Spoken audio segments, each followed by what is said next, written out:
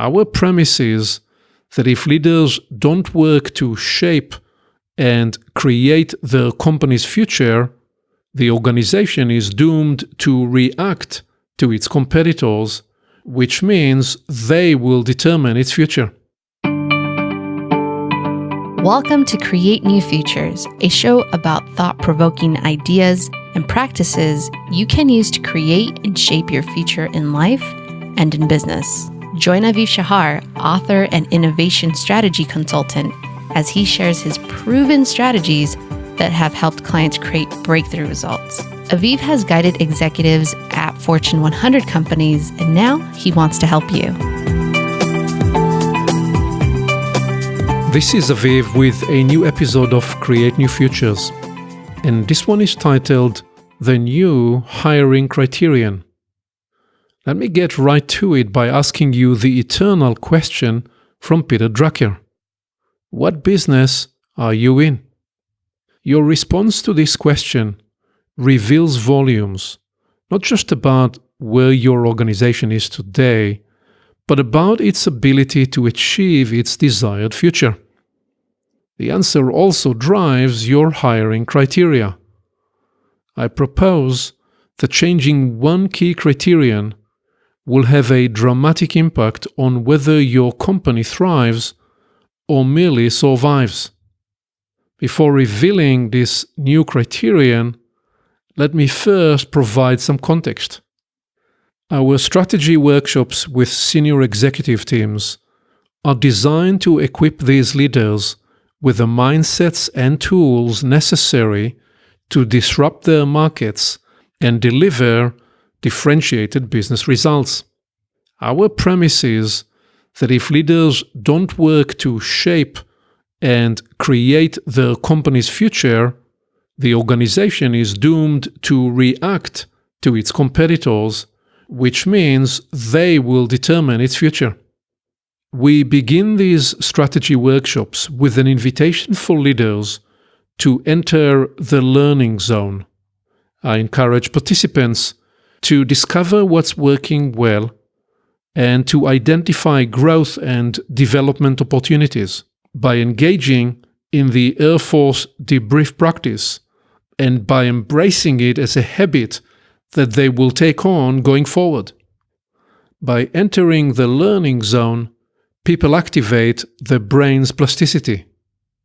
Limbic plasticity allows them to see old problems in new ways and to develop novel options and solutions because it creates new circuitries in the brain. When they apply these new perspectives to imagine the company's desired future, they create a series of immensely exciting and plausible Horizon 3 stories about how the organization can develop, grow, and thrive. Taking time during the workshop to develop some future stories is critical to the process of unleashing participants' creativity and encouraging innovation. By allowing team members to expand their individual and collective imaginations and open their eyes to a much wider range of options, they then are able to consider outcomes they have not explored previously. Once the leaders have experienced the power of innovative thinking, they collectively are able to develop a picture of the future, that is Horizon 3 future, that is exponentially more ambitious than they had imagined previously, and to identify a series of strategic themes in Horizon 2 that will bring the desired future to life. To integrate their new learning into their quest for the organization's envisioned future, the team engages in a series of future-shaping conversations that are guided by a deliberative inquiry process. Here are some areas of focus and the questions that elevate the ensuing discussions. First, culture. How will we build an organizational culture that will enable and sustain the future we imagine? How will we hold ourselves accountable for making this change? Second, operating model. How will we work together and interface effectively with our stakeholders? The third inquiry is about measures. What metrics will hold us accountable to our vision and objectives and help us accelerate results? Fourth, organizational readiness. How will we build a fit-for-purpose organization? And the fifth inquiry, centered on capability. What capabilities will we build? To begin the capabilities conversation, I propose to the team that the most impactful decision they make as leaders are the qualities they look for in the people they hire. Experienced executives know firsthand that hiring choices can be the difference between a struggling organization and one that thrives. I ask the team, in light of the newly generated vision, which competencies the organization will develop and hire to become future ready. To make optimal hiring choices, the team must be clear about its purpose. It may gain the requisite degree of deep insight by reflecting on and answering some fundamental questions such as: Number 1, what business are you in? Number 2, what will you do to ensure your business evolves in the desired direction? And number 3, what new requirements will you meet? An organization's ability to thrive depends on how its leaders answer question 1 above, as that response will drive their decisions about the unique expertise they must acquire or develop. Many leaders believe they are in the knowledge business. In fact, the "we are in the knowledge business" mantra was a prime mental model in the early 2000s. I propose, however, that the velocity of change in the world has provoked a significant landscape shift that forced many companies to change their answer to the question, "What business are you in?" A growing number of leaders now realize that acting on the premise that their organizations are in the knowledge business is inaccurate and unnecessarily limiting. Instead, their thinking has evolved to enable them to declare, "We are in the learning and innovation business." This realization leads us to the issue of the new hiring criterion.